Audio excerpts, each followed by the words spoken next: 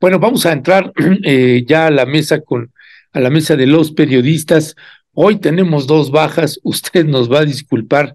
Hoy hoy no podrá estar con nosotros Alejandro Almazán, que anda dando ahí entrevistas para la presentación de su libro. Y también le aviso que el día de hoy, en Perspectivas, a las 3 de la tarde, tenemos la entrevista precisamente con Alejandro Almazán para hablar precisamente del libro que está publicando, y que ya empezó la sesión de entrevistas. Este es precisamente el libro de Alejandro Almazán, Jefas y Jefes, las crisis políticas que forjaron a la Ciudad de México. Bueno, vamos a tener una interesante charla hoy con Alejandro a las 3 de la tarde en Perspectivas. Y ahorita anda también, le toca, ya empezó a hacer pues la gira de entrevistas en varios medios de comunicación, que lo está promoviendo precisamente pues la Random House, Grijalbo, para hacer la promoción de su libro, y Temoris, que también no le va a ser posible acompañarnos, así que acordamos el buen Manuel Hernández Borbolla y yo que ahora sí tenemos tiempo para explayarnos sin que nos estén interrumpiendo. Así que, ¿cómo estás? ¿Cómo estás, mi querido Manuel? Buenos días. Hola, hola, buen día. ¿Cómo estás, Ernesto? Pues sí, ahora sí nos vamos a poder explayar recio y los temas están buenos, entonces, Pues pues no está tan vaya, mal. sí, vaya que si están tremendos, y si te parece, mi querido Manuel, pues vamos empezando con precisamente Felipe del Sagrado Corazón de Jesús Hinojosa, Calderón Hinojosa, que finalmente lo colocaron en el juicio, pues que se lleva a cabo en Brooklyn, ahí en los Estados Unidos, en Nueva York, contra Genaro García Luna. Además de que se está anunciando, Manuel, pues que se va a acelerar el juicio o se va a recortar, vaya usted a entender cómo interpretar eso, o se acelera o se acorta o las dos, pero pues claro que llama la atención, además de que están anunciando, pues hay un testigo, pues vamos a decirle estelar. Sorpresa, Sí, sí, un como en la lucha testigo. libre. Sí, sí, sí. Este, así que, ¿cuál es tu valoración de que finalmente apareció el nombre de Felipe Calderón y este ya salió a desmentir, como es pues ya la costumbre de todos? Sí, ya salió a desmentir calderónicamente, ¿no? Que pues es a lo que se ha dedicado, además de llenarse los bolsillos a través de sus asociaciones civiles, en un tema que debería ser escándalo en la prensa, pero que no lo es, lamentablemente, en este país, de cómo está cooptada la prensa corporativa, ¿no? Y creo que, digo, a pesar de que se vaya a recortar el juicio, que sí me parecería grave, o sea, no es lo mismo estar escuchando largo y tendido testimonios como estos últimos que hemos escuchado, que han sacudido, yo diría, al país, porque si bien es cierto que son temas que pues ya sabíamos cómo se manejaban, pero siempre tener ahí una confesión o un testimonio bajo juramento en una corte federal de Estados Unidos, pues le da un cierto... pues le da una mayor relevancia a estos temas, ¿no? Hasta la prensa estadounidense, como el New York Times, han destacado pues las acusaciones contra Felipe Calderón por parte de Beitia, entre otras cosas, ¿no? Yo creo que ahorita lo más destacado pues ha sido lo de las acusaciones en contra del Universal y de cómo Genaro García Luna, según el testimonio de Héctor Villarreal, quien fuera el tesorero del gobierno de Coahuila durante el mandato de Humberto Moreira, pues relata cómo García Luna buscó a Moreira para que le echara la mano ahí con el periódico El Universal, con Juan Francisco Ili, para poder lavar su imagen de García Luna en temas de narcotráfico ante los señalamientos reiterados que estaba viendo en su contra, ¿no? Entonces, pues ahí platica, y no solo platica, sino que documenta cómo a través del gobierno de Coahuila, Genaro García Luna estaba inyectando 25 millones de pesos al mes al periódico El Universal, precisamente para estos fines, y no solo que lo dice de dichos, porque curiosamente, cuando se vio que por dónde iba a ir el testimonio un día antes, el periódico El Universal se vacunó ahí con un pequeño editorial en su bajo reserva, diciendo que los dichos de los criminales pues no tenían ningún sustento si no venían acompañados de pruebas. Y ¡pum! Que viene acompañado de 4 facturas en las que se mostraba cómo pues ahí le ponían campaña de turismo o cualquier otra cosa ahí para pues que diera el gatazo, como se dice coloquialmente, cuando en realidad pues esas campañas nunca se llevaron a cabo y eran un soborno contra la gran prensa corporativa en México, para lavarle la imagen a García Luna, ¿no? Entonces, esto me parece particularmente grave, no solo por el soborno al medio en sí, sino porque te muestra cómo realmente la clase política en México en los últimos sexenios pues ha tenido una relación muy cercana, muy íntima, no solo con las élites empresariales, no solo con los dueños de los medios de comunicación, sino también con las organizaciones criminales. Está por un lado Genaro García Luna operando y teniendo tratos, convenios con el cártel de Sinaloa, algunos pleitos con el cártel de los Beltrán Leiva, pero por el otro lado, Humberto Moreira pues fue muy vinculado a el cártel de los Zetas, principalmente con un operador financiero, Juan Manuel El Mono Muñoz, que fue detenido en Estados Unidos y relacionado como uno de los operadores principales de los Zetas, quien paradójicamente fue soltado en 2019 por cooperar con las autoridades de Estados Unidos, que también tiene una mano en este asunto, pero que a final de cuentas, cuando tú vas armando el rompecabezas, como si pusiéramos un corcho de esos que salen en las películas de investigadores, y vas viendo cómo se van enlazando uno con otro, pues te das cuenta de que a final de cuentas en México los políticos, el crimen organizado, las élites empresariales y los medios de comunicación, los grandes medios de comunicación, pues tienen muchos vínculos en común. En realidad es un solo proceso político que era lo que sostuvo el régimen neoliberal durante muchos años, ¿no?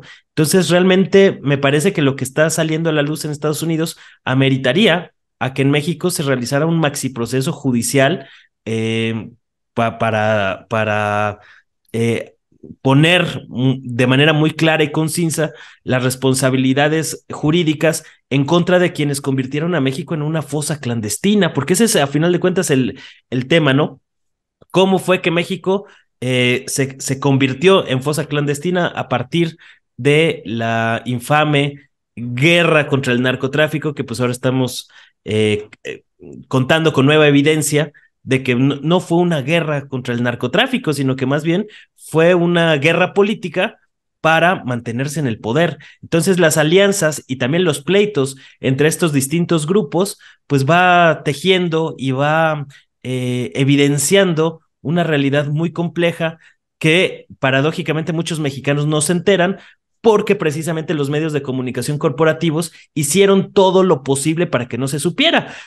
Cuando ya vas para atrás a partir de estos sobornos al Universal, entre otros, ¿no? Porque no es el único medio, el Universal, que fue sobornado por García Luna, pues está Televisa, están muchos otros, pero te empieza a hacer sentido más cosas que sucedieron, como este boicot o este pacto de silencio que firmaron entre 50 y 70 hasta 700 medios de la prensa corporativa en México para no documentar los temas relacionados con narcotráfico, inseguridad, en el año más violento del sexenio de Felipe Calderón, que fue 2011, y que curiosamente, pues eso impidió que muchos mexicanos se enteraran de atrocidades del tamaño de la masacre de Allende, uno de los casos más grandes de genocidio que hubo en este proceso de la guerra contra las drogas, en el que prácticamente los Zetas exterminaron un pueblo entero en Allende, Coahuila, y que muchos mexicanos no se enteraron ni siquiera de esta situación precisamente por el bloqueo que hubo desde la prensa corporativa, que cuando tú ves las fotos y aparecen Loret de Mola, Sergio Sarmiento, los dueños de las televisoras, Ciro Gómez Leiva y compañía, pues es muy paradójico que esos que le hicieron segunda a Felipe Calderón y que se callaron cuando no convenía documentar pues sarta de atrocidades que estaban ocurriendo en ese sexenio, hoy sí se las dan de muy críticos contra el poder, ¿no? Es el colmo del pinche cinismo, y que a final de cuentas, pues eso te va reestructurando la historia. A final de cuentas, si no vemos este asunto como un proceso histórico, un proceso muy doloroso que ha ocasionado una crisis de desaparecidos, de asesinatos equiparables pues a las más crueles dictaduras. Estaba viendo el otro día la película esta Argentina 1985 sobre el proceso que se siguió en contra de la junta militar, en contra de Videla después de la dictadura, y pues es muy equiparable a lo que ha sucedido en México con la guerra con el narcotráfico. Entonces me parece que estas revelaciones, pues a final de cuentas, van a ayudar a reescribir la historia. No sé qué tanto vaya a tener implicaciones jurídicas o que veamos en el banquillo de los acusados a más bribones de estos, pero por lo menos está empezando a salir un poquito de la porquería que ha permanecido ahí oculta durante mucho tiempo. Gracias, gracias. ¿Cuál es tu valoración aquí si en lo que toca a los medios de comunicación? Porque bueno, entrevistaba hace unos días también ayer en la noche entrevistaba a Juan Alberto Cedillo, eh, que ha cubierto muchísimos de los juicios y lo que señala es, bueno, no hay que perder de vista que pues todo eso pues no tiene nada que ver con las denuncias contra ellos, contra los medios de comunicación, y se habla de la poca expectativa que pueda haber en México con estas revelaciones, es decir, que se abran investigaciones judiciales, judicializadas contra dueños de medios, contra expresidentes. Eh, ¿Tienes alguna expectativa? ¿Piensas que va a pasar lo que sucedió con el caso de El Chapo, que finalmente pues también se filtraron muchísimos nombres de varios actos de corrupción y finalmente pasó nada? Sí, yo creo que va a ocurrir exactamente lo mismo que ocurrió con lo del Chapo Guzmán, que pues se va a hablar de temas y van a decir, sí, lo vamos a investigar y tan tan, ¿no? No va a trascender a algo mayor, pero sí creo que por lo menos este tipo de piezas del rompecabezas que van soltando ahí de repente, pues sí puede ayudar en otras cosas, ¿no? A generar una conciencia colectiva mayor sobre el grado de descomposición al que llegó México precisamente por cómo operaba esta red de corrupción, este pacto de impunidad, este pacto de silencio entre las élites político-empresariales que pues destruyeron al país y que hoy intenta reconstruirse de entre los escombros. Entonces me parece que tiene más un valor simbólico que lo que podamos esperar en términos judiciales. Yo incluso pues tengo la sospecha de que van a exonerar a García Luna, lo cual sería lamentable, pero aun cuando lo puedan condenar, cuando tú ves cómo Estados Unidos ha administrado el negocio del narcotráfico en México, como operadores financieros de los Zetas, pues apenas pasan 2, 3 años en prisión y luego lo sueltan por cooperar con las autoridades. Estados Unidos recaba una gran cantidad de información que luego utiliza para chantajes políticos, para operaciones políticas como la detención de Cienfuegos, que desde mi perspectiva, esa maniobra, esa detención del ex secretario de la Defensa, pues tenía una intención era una jugada política para echarle a andar a las élites militares en México a Andrés Manuel López Obrador, que la operación política de López Obrador pues pudo atajar ese asunto, ¿no? Pero realmente pues es una colección de información que van recabando las agencias de seguridad, los tribunales que procesan estos casos judicialmente en Estados Unidos y que luego se utiliza con fines de chantaje y extorsión política. Entonces, realmente también no hay que perder de vista el papel que han jugado las autoridades estadounidenses en toda esta trama, el papel de la DEA, que pues ha sido pues como el instrumento por excelencia con el que Estados Unidos ha metido mano en estos asuntos de la política mexicana. Por ahí salió también en el juicio que la DEA sabía desde 2010 de los vínculos de García Luna con organizaciones criminales y eso no impidió pues que si García Luna siguiera recibiendo un trato preferencial por parte de altos funcionarios de Estados Unidos como Hillary Clinton, Eric Holder, con los que tenía muy buena relación. Entonces, realmente aquí lo que todavía a mí no me queda claro y me gustaría tratar de entender mejor es por qué Estados Unidos procesó a Genaro García Luna, qué es lo que están buscando, cuál es la jugada o la maniobra política detrás de ese asunto, porque yo al menos no me creo eso de que, pues simplemente porque encontraron ahí una fortuna ilegal o inexplicable, pues se hayan lanzado encima con todo lo que implicaba, porque al final de cuentas Genaro García Luna también tiene conocimiento de cómo funcionaban las agencias y que incluso agentes de la DEA y de la CIA pues fueron socios suyos en esta empresa de venta de equipo de espionaje y cosas de este tipo, ¿no? Que de eso no ha salido hasta ahorita absolutamente nada. Posiblemente en las próximas semanas vaya a salir.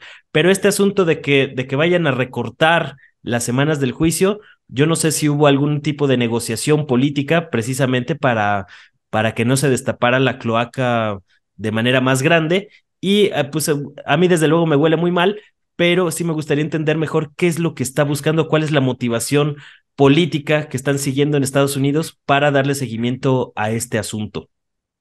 Ya, gracias, Manuel. Manuel, déjame pasar, permíteme pasar también a la situación con Felipe Calderón.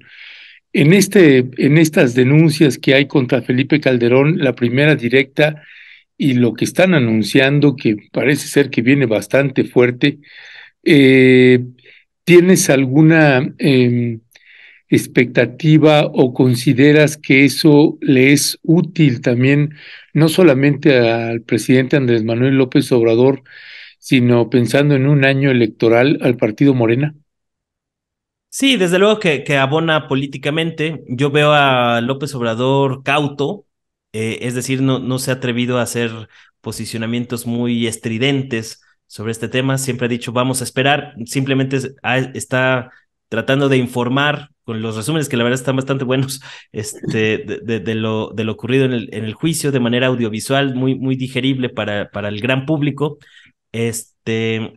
sobre este asunto, ¿no? Porque desde luego que hay que tener la mira puesta ahí. Yo no sé qué tanta raja política podrá sacar de este asunto. Yo creo que un par de buenos publicistas o asesores de campaña podrían hacer milagros con lo que tienen ahorita entre manos, es porque el simple hecho de las declaraciones o de la prensa estadounidense señalando lo de Felipe Calderón y los vínculos con el narcotráfico que ha acusado Beitia, quien era el ex fiscal de Nayarit, pues ya va abonando a construir un personaje que no es la primera vez que lo acusan de este tipo de cosas. Es decir, entre más va saliendo evidencia y se van acumulando anécdotas, testimonios y demás, pues queda claro que Felipe Calderón tuvo que tener algún conocimiento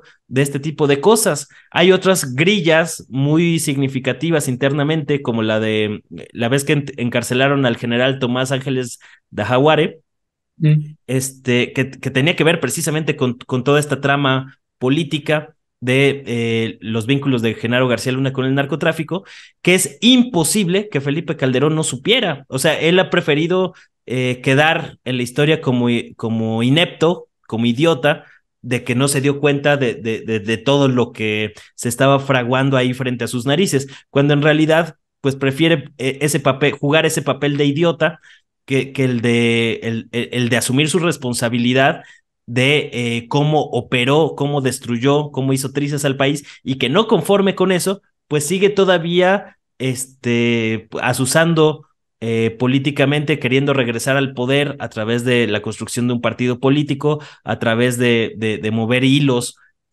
con la estructura del Estado que todavía tiene ahí algunos conectes y algunas relaciones, y me parece que este personaje en particular pues debe de tener alguna implicación legal en algún momento. O sea, no puede ser que quede impune un personaje que hizo tanto daño al país como lo fue Felipe Calderón. Por eso yo de repente le reprocho a a López Obrador, pues que haya quemado de manera tan absurda esta carta del juicio contra expresidentes, ¿no? Porque echó ahí a andar la maquinaria y después se replegó y todo ese tipo de cosas, más la operación política del INE para que no hubiera casillas y todo este asunto, pues acabó mermando la participación ciudadana en este tema, ¿no? Entonces yo creo que todavía le faltan algunas semanas al juicio, hay que ver cuáles son los argumentos que dan por qué decidieron el juez Kogan, que fue el mismo que llevó el juicio del Chapo Guzmán, a cortar las semanas de testimonios de este asunto, y sobre todo cuando faltan todavía pues algunos personajes que se han mencionado por ahí, que podrían participar en el juicio, como el caso de la Barbie, un líder de uno de los jefes del cártel de los Beltrán Leiva, el de Rey Zambada, que también podría aportar algunas claves para entender mejor este tipo de trama. Y pues a final de cuentas, pues hay que ir reconstruyendo pieza por pieza lo que sucedió a lo largo de la historia de México, como muchas de estas revelaciones pues hacen mayor sentido con los pactos de silencio de los medios de comunicación, con el movimiento de los cárteles de la droga, el testimonio de Beitia, por ejemplo, que fue señalado de narcotráfico y que fue encarcelado durante el gobierno de Sandoval en Nayarit, pues también está vinculado con el surgimiento y con el crecimiento del cártel Jalisco Nueva Generación en toda esa región del occidente de México, ¿no? Entonces, a final de cuentas, creo que se están aportando algunos elementos para entender mejor todo ese proceso histórico de la llamada guerra contra el narcotráfico, pero que lamentablemente no veo que vaya a haber la suficiente fuerza política como para llevar al banquillo de los acusados a algunos de los líderes de esta red de corrupción y esta red de criminalidad que pues convirtió a México en fosa clandestina, y me parece muy grave, ¿no? Yo creo que por lo menos en el último año de gobierno del presidente López Obrador, y ya que se empiecen a calentar el tema electoral rumbo a la sucesión presidencial, debemos de ver alguna acción de este tipo, porque lo que ha hecho hasta hoy la Fiscalía General de la República se ha quedado muy, muy, muy corto para la sed de justicia y las necesidades que tiene México precisamente de acceder a la justicia y resolver estos temas del pasado que no terminan de curar las heridas que todavía están ahí abiertas, ¿no? Así es, mi querido Manuel. Pues déjame nada más leer, antes de pasar al siguiente tema, leer algunos de los comentarios. Dice Claudia Muñoz: ojo, Manuel, la guerra contra el narco y miles de muertos no es lo que importa en el juicio. Lo único útil es que se ha confirmado lo que ya sabíamos, pero si lo exoneran, hasta AMLO dirá que fue un montaje. Pues Leonardo Peña, el mismísimo vikingo, puro circo para exhibirlos, pero cero consecuencias, es para sacar capital político. El resumen mañanero del juicio. eh, para verano, García Luna va a estar en Cancún como si nada, y chance hasta en el tren. Nora Brie: es mejor ser idiota que criminal, por idiota no lo pueden juzgar. Facebook por Keeping, en fin. Bueno, son algunos de los comentarios. Manuel Lanz Borboya: hay otro escándalo que se abrió y que tiene que ver con Laida Sansores. Pues se filtraron precisamente videos donde aparecen dos funcionarios de su gobierno, el jefe de su gabinete y pues el secretario de Educación de Campeche. Y aparece ahí una senadora, Rocío Abreu, senadora por Morena, recibiendo, pues un varo, 1 millón, se habla de 1 millón de pesos que les estaban entregando a cada uno en esas bolsas. Y bueno, eso estuvo ayer en las redes, hasta hoy en la mañana seguía todavía en las redes. Pero también la respuesta es la que no ha tenido una circulación como creo que debería. Y tenemos aquí la respuesta que dan estos funcionarios junto con Laida Sansores. No lo vamos a pasar completo, vamos a pasar solo unos minutitos porque lo pasamos al inicio del programa, pero para usted que se sumó después al programa, pues bueno, va a poder ver pues estas imágenes y estos dichos de estos funcionarios y de la gobernadora Laida Sansores, que uno los escucha y lo primero que se le viene, la primera expresión es, ay, nanita. Vamos a escucharlos y regresamos.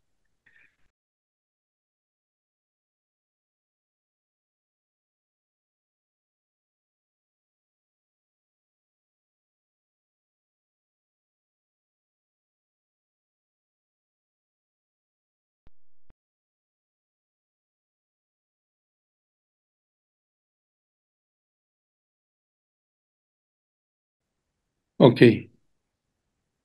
Bueno, lo vamos a pasar en un instante. No, es el otro, Leonardo. Ese es precisamente el que se vinculó, donde están recibiendo el dinero. Me refiero al que pasamos hace un ratito, el mismo.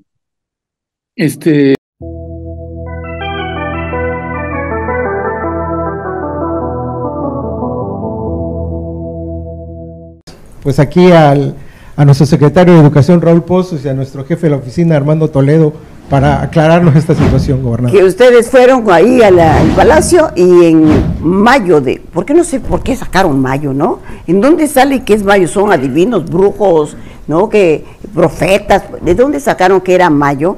Porque no se ve ningún letrero. A propósito, todos los videos, cuando tú grabas algo, sale la fecha. Así que no nos digan que aquí se les borró, ¿no? Hacen un zoom para que no se vea además ni quién entrega el dinero, ni cuál es la fecha. Desde ahí ya se presta a sospecha. ¿Cómo se presta Televisa para estar sacando eso? Eso es lo que digo. Alito está en su juego, ¿no? El señor Javier Tejado está enojado, pero Televisa, el señor Azcárraga, que dé instrucciones, porque eso da a entender, o quién manda en Televisa, o ya le quitaron Televisa, ya no sé, a lo mejor yo estoy equivocada, ya ni está el señor Azcárraga, ¿verdad? Entonces, bueno, a lo mejor también está en España. No, no creo. Pero bueno, la cosa es de que dicen que fue cuando iba a empezar la campaña y que me dieron dinero para mi campaña y lo han sacado en todos los canales de la Televisa. Sí, licenciado, subí un video y le envío un mensaje a Televisa. Yo quiero considerar, así como usted dice, una empresa de renombre. El que le envió el video le dio mal la fecha. Para empezar. Para empezar, ese es número uno. Porque ese video que se presenta, ver, sí, lo tenemos de hecho aquí. Okay. Vamos a mostrarlo. Esta es mi respuesta a Televisa sobre los videos que difundió sobre mi persona. Primero, quiero pensar que el que entregó los videos mintió sobre las fechas, porque ese video es de cuando yo era secretario de Desarrollo Rural en el gobierno de Alejandro Moreno, del 2015 al 2018, y no cuando ellos apuntan.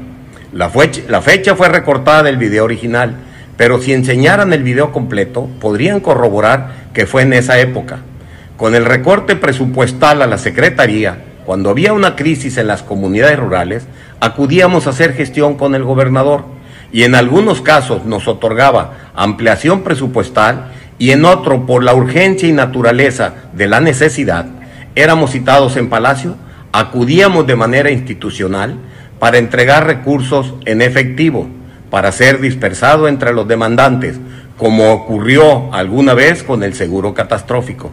Era una práctica a veces necesaria porque en las comunidades no había bancos y muchas veces están alejadas de la ciudad. Además, nosotros sabían que nos grababan porque era visible en las cámaras y aparte firmábamos todo recurso recibido. Quiero aclarar que después de mi salida de la Secretaría, que fue en el 2018, nunca más regresé a Palacio hasta que el gobierno actual inició funciones. Gracias por su atención. Hola, les saludo con el afecto de siempre. Como ustedes saben, existe una guerra sucia con una campaña que intenta de nuevo detener los avances de la Cuarta Transformación de México. Yo fui senador del 2002 al 2018. Gestionar por la gente es una de las responsabilidades de todo legislador. Procurar apoyos para la gente es totalmente genuino y ha sido siempre mi convicción desde que tengo actividad pública. Los gobiernos apoyan a los legisladores para sus labores sociales y las gestiones realizadas durante todo ese periodo se convirtieron en apoyos para la gente. Siempre me he conducido dentro del marco de la ley.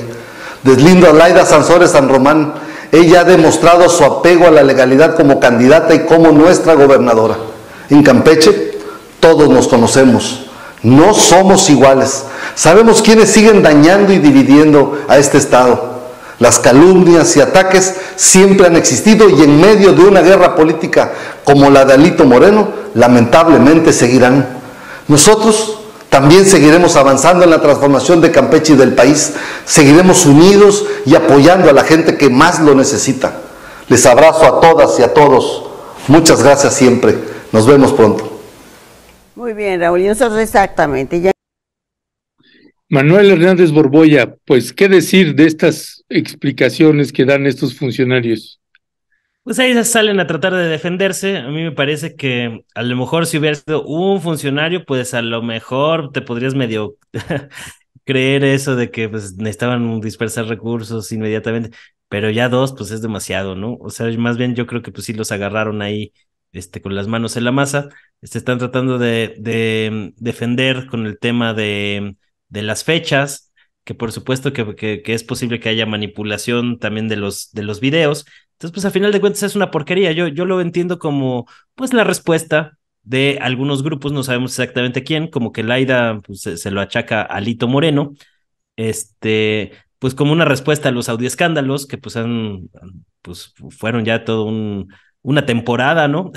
Desde marzo hasta septiembre, no sé cuánto duraron los audioescándalos. Bueno, pues todavía siguen ahí saliendo cosas que involucran a Televisa y que no es tampoco casualidad que a través de Televisa haya salido este asunto, justo el mismo día en el que sale el tema de los sobornos a medios de comunicación vía García Luna, Moreira y el Universal, ¿no? Entonces yo creo que ya tenían preparado este asunto desde hace un tiempo y que lo sacaron en el momento preciso como una cortina de humo para dispersar la atención con lo del juicio de García Luna. Cuando tú ves cómo los comentaristas, columnistas, disqueanalistas de la gran prensa corporativa, pues han enfocado sus baterías en comentar lo de Laida y no lo de García Luna, pues ahí te das cuenta de cómo realmente pues es una maniobra política, es un claro ejemplo de la guerra política que está viviendo actualmente el país. Es decir, uno podría pensar que existe un estado de democracia donde todo es paz y tranquilidad, pero pues realmente la guerra política está bastante fuerte y Laida Sansores, que había sido pues como la encargada de golpear por parte de la 4T, la de exhibir las porquerías del líder del PRI, de doblar al líder del PRI cuando hubo que doblarlo con el tema de la Guardia Nacional, pues ahorita se le están yendo encima. Yo la veo a ella bastante tranquila, como que también ya se esperaba este tipo de contraofensiva, pues es normal cuando te pones los guantes y te subes al ring, pues aunque puedas empezar soltando algunos golpes, pues te van a llover también algunos de regreso, ¿no? Entonces, pues está con todo la lucha política y conforme vaya creciendo y se vaya acercando el 2024, cada vez vamos a ver más videoescándalos de este tipo y hay que ver pues cómo van a ser los mecanismos con los que va a responder la 4T, ¿no? O sea, porque de repente pues sí hay algunos temas que los ponen contra la pared. Creo que este tema de Laida Sansores se debe de investigar. A final de cuentas, digo, no nos hagamos tarugos, todos los partidos políticos en este país pues han recibido dinero de dudosa procedencia o de manera ilegal para fines políticos. Aquí el tema es que mientras unos se minimizan, otros se maximizan. Entonces yo creo que se debe de investigar, se debe de juzgar, se debe de castigar a los responsables si es que pues se rastrea bien el origen del dinero de estos asuntos, que lamentablemente pues no va a pasar en este país, pero al mismo tiempo yo creo que hay que poner las cosas en su justa dimensión y entender que si bien es cierto hay una responsabilidad del equipo de Laida Sansores al ser captados infraganti recibiendo cantidades de dinero en efectivo, también es cierto pues que se está utilizando este tema como campaña política para ocultar una corrupción todavía mayor de la que podría haber sido el financiamiento de campaña electoral en Campeche, ¿no? Que no es un tema que hay que menospreciar, pero no se compara a la red de corrupción gigantesca que pues convirtió a México en una fosa clandestina, ¿no? Entonces,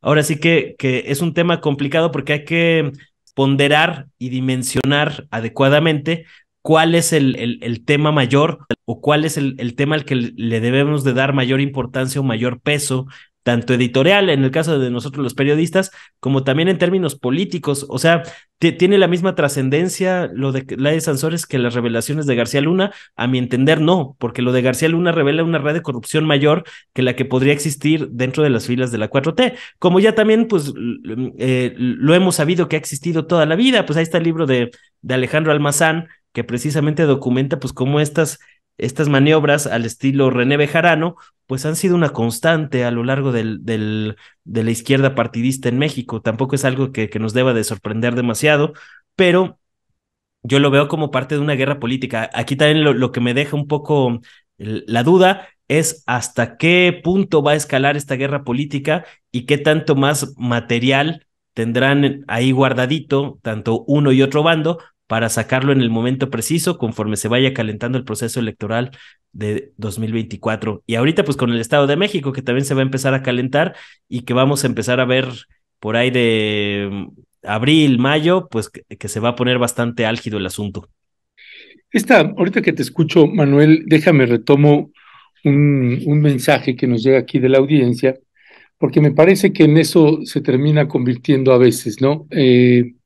Por ejemplo, ahorita que colocas de que, pues, qué es más importante o qué es más escandaloso o más catastrófico o más corrupto, como lo quiera usted ver, lo que está sucediendo en el juicio de García Luna o estos videos que se filtraron de pues funcionarios de alto nivel ahí en el gobierno de Laida Sansores, considerando que Laida además pues nos ha regalado pues toda una multiplicidad de audiovideos que han desnudado de cuerpo entero los niveles y la cadena de corrupción del dirigente del Partido Revolucionario Institucional de Alejandro Moreno, conocido como Alito. Y hay alguien, por ejemplo, de la audiencia que dice Antonio Alejo Trujillo, y que me parece que ese es lo que luego termino leyendo también de la corriente de la 4T. La fecha es importante y la borraron. Sabían que eran filmados, firmaron de recibido. Si fuera ilegal, no firmarían. 4, fue en efectivo para dispersar en comunidades. Y yo siento, esa es mi impresión, que luego a veces pues el gusto político o la preferencia política o del gobierno pues te termina justificando este tipo de situaciones, porque yo no me puedo imaginar yo como funcionario que me metan a una oficinita yo solo, que me entreguen 1,000,000 de pesos, esas fajas de dinero, que me los den en una bolsa de papel y llégale, ¿no? Fírmale aquí, no hay un contrarrecibo, no. Y yo entiendo, pues, que la gente de la 4T, pues, quiera justificar esto, ¿no? A mí, a todas luces, sí me parece un escándalo tremendo, y eso es porque estamos hablando de esto. Y un escándalo mayúsculo, pues, el juicio a Genaro García Luna y todo lo que está saliendo ahí, pero no creo que de pronto tenga que ser algo que tengamos que comparar, ¿no? Sino que como medios de comunicación y como periodistas, el poder, uno, colocar un caso con su justa dimensión, el otro caso con su justa dimensión, y poder conversarlo, y no tratar de justificarlo aquí, como en este caso lo hace Antonio Alejo Trujillo. Si fuera otro funcionario, me quedo pensando, Manuel, se me vino también la imagen de Mejía Verdeja, el ex subsecretario de Seguridad, ¿no? Que pues mientras era subsecretario y aparecía todos los martes en la mañanera haciendo la exposición de la subsecretaría en materia de seguridad, pues era muy bienvenido y un ejemplo a seguir. y en el momento en que no está de acuerdo con las consultas de Mario Delgado y cómo es el proceso interno ahí en Morena, y acepta irse con Movimiento Ciudadano y lanzarse en su campaña para gobernador, y entonces hay una satanización tremenda sobre el personaje político.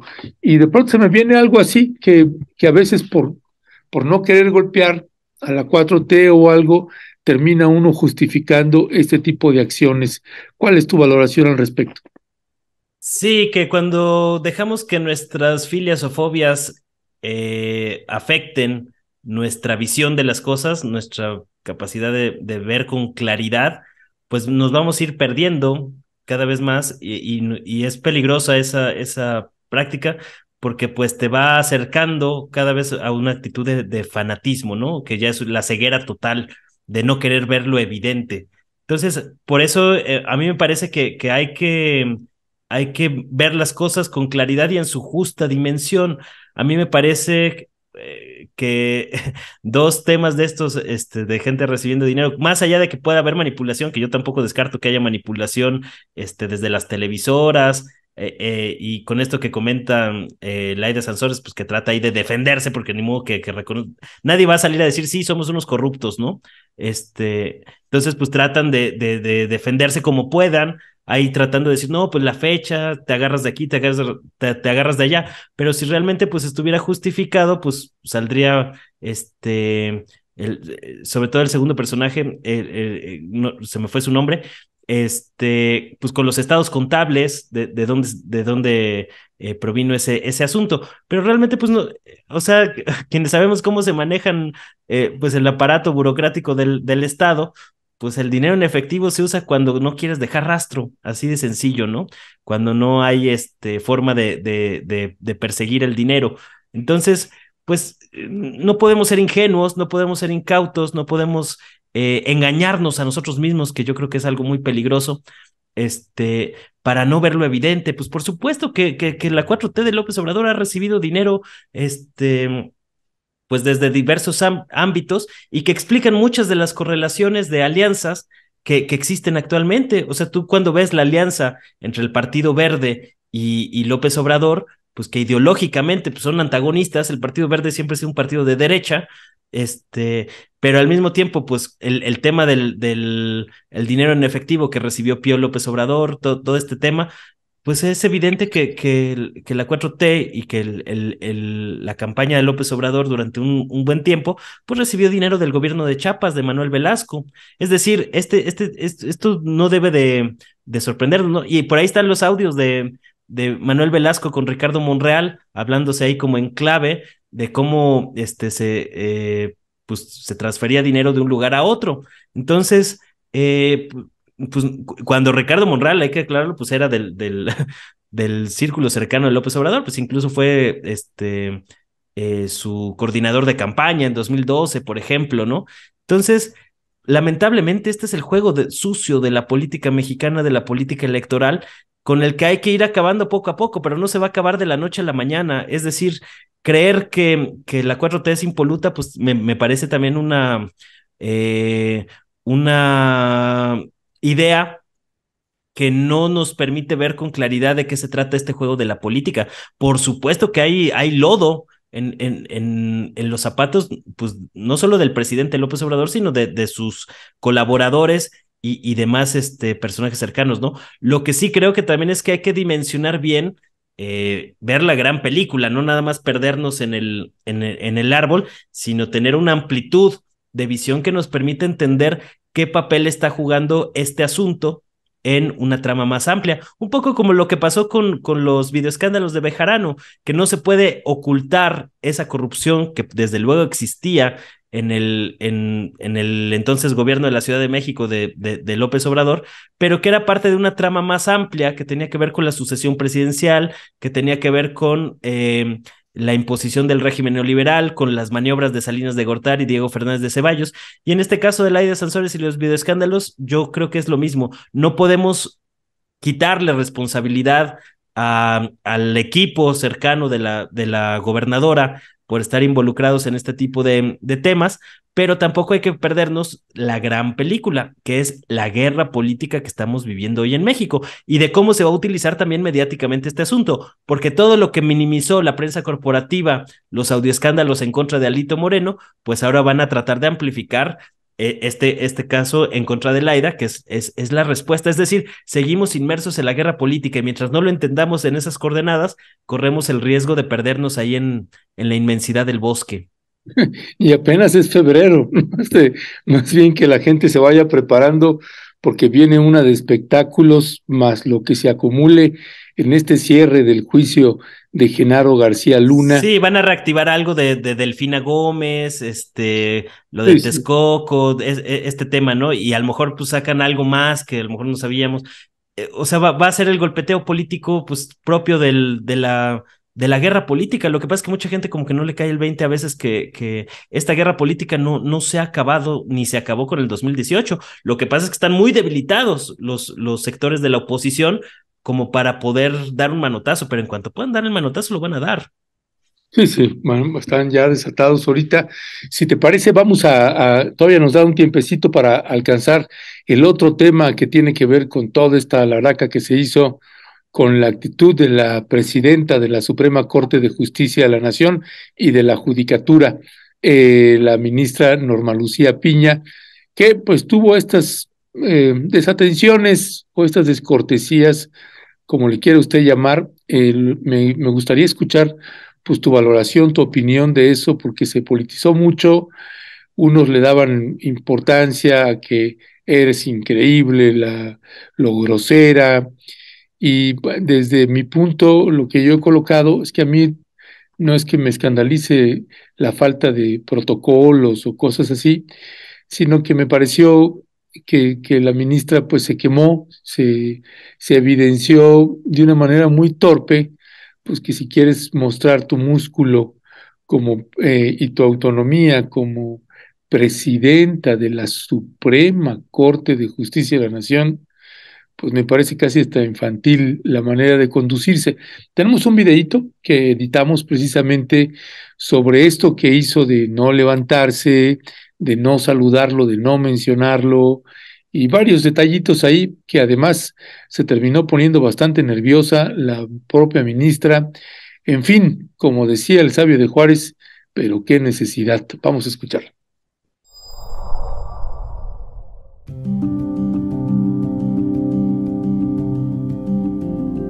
El señor presidente ha arribado.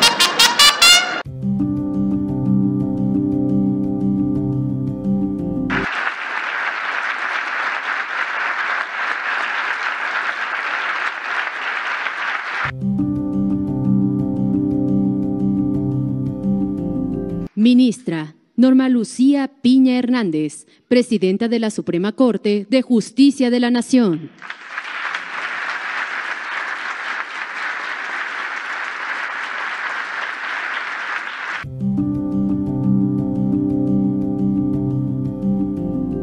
Distinguidos miembros del Presidium, ministras y ministros que aquí presentes, consejeras y consejeros de la Judicatura Federal también aquí presentes. Señoras y señores,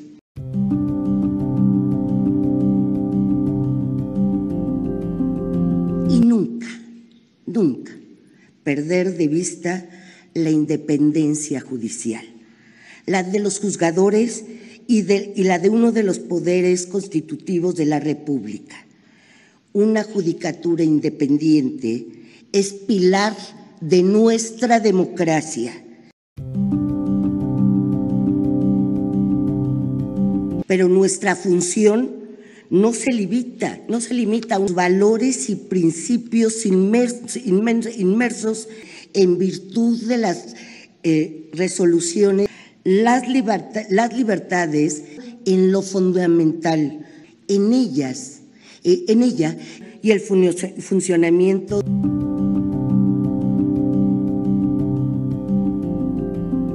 Les aseguro a todos que cuentan con el Poder Judicial Federal. Muchas gracias.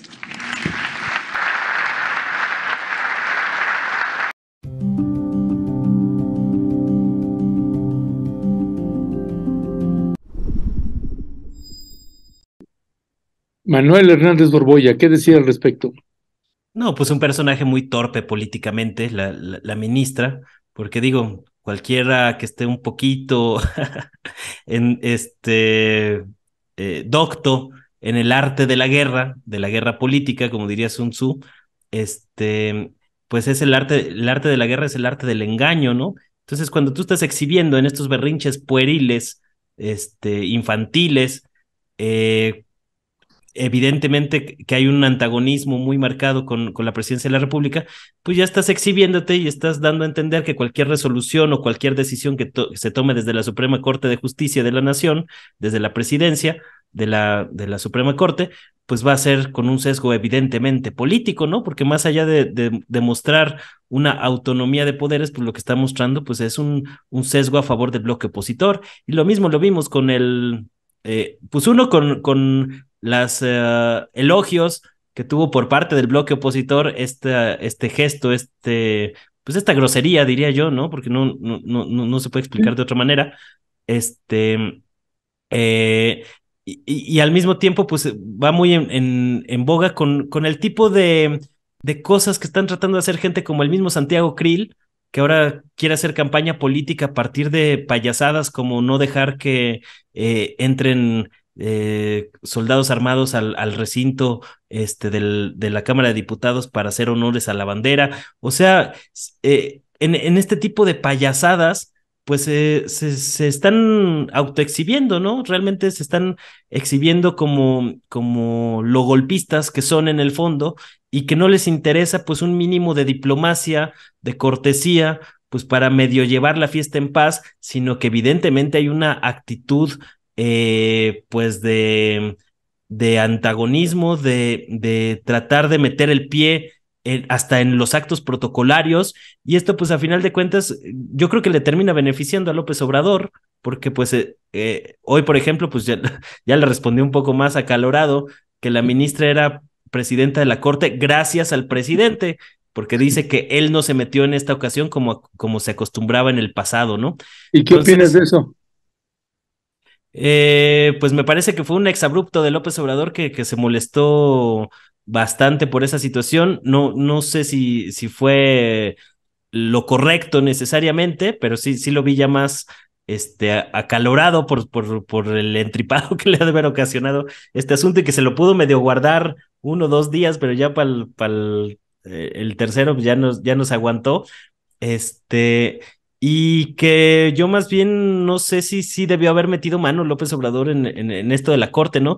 Porque en este afán de ser como muy laxos, muy buena ondita, muy demócratas, a final de cuentas, pues termina cediendo ahí espacios a la derecha, ¿no? Sabemos toda la campaña que hubo contra la ministra Yasmín Esquivel, que ahora pues ya que se decidió el tema, pues como que se ha diluido, ya la prensa corporativa no está duro y dale con el tema todo el tiempo, pero desde luego que hay una disputa política, pero mientras se sigan cediendo espacios claves, como es la presidencia de la Suprema Corte, yo creo que son fichas y son posiciones del tablero que se deben de disputar, sobre todo ahora las dos o los espacios que vaya a haber para consejeros del INE y la próxima,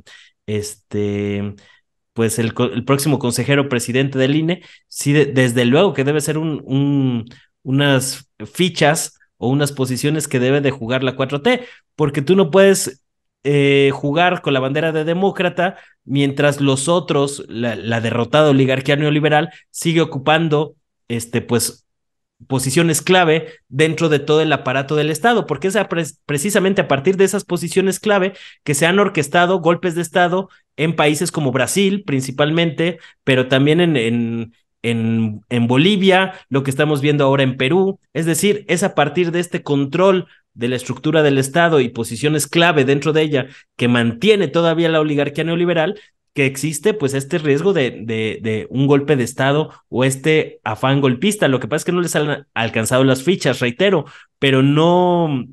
hay que ir limpiando de a poquito, a veces por las buenas y a veces por las malas, como acertadamente, ahí creo que fue un acierto, el apretón de tuercas que le dio López Obrador a Eduardo Medina Mora, para que se bajara de la Suprema Corte de Justicia de la Nación, y eso permitió ahí meter algunos cuadros más afines a la 4T, aunque el mismo presidente ha reconocido que se equivocó en el tipo de perfiles que designó para la Suprema Corte de Justicia, ¿no? Entonces, pues es parte de la batalla política, por eso yo parezco un disco rayado, pero siempre acabo en lo mismo, pues posiciones de guerra. Entonces, pues queda claro de qué lado del pleito político está la ministra Norma Piña, que pues muy torpe políticamente, pues se ha evidenciado como una ficha o una pieza del bloque opositor, de manera muy, o sea, ahorita nadie le puede quedar la menor duda de que es una ministra completamente plegada hacia la derecha, ¿no? Entonces, si hubiera sido un poquito más hábil, por lo menos hubiera fingido mejor, pero ni para eso le alcanzó a la ministra. Entonces, pues pobre de la Corte, yo no sé qué nos va a esperar en los próximos años mientras dure su mandato. Ya, pues mi querido Manuel Hernández Borboya, muchísimas gracias por acompañarme aquí en la mesa, hoy que no estuvieron los dos colegas, pero nos dio tiempo de conversar un poquito más, abordar otros temas, ahora alcanzamos más temas, así que gracias Manuel, nos vemos la siguiente semana. Nos vemos, Ernesto, que estés muy bien, y saludo para toda la audiencia de Rompeviento TV. Árale, gracias, un abrazote.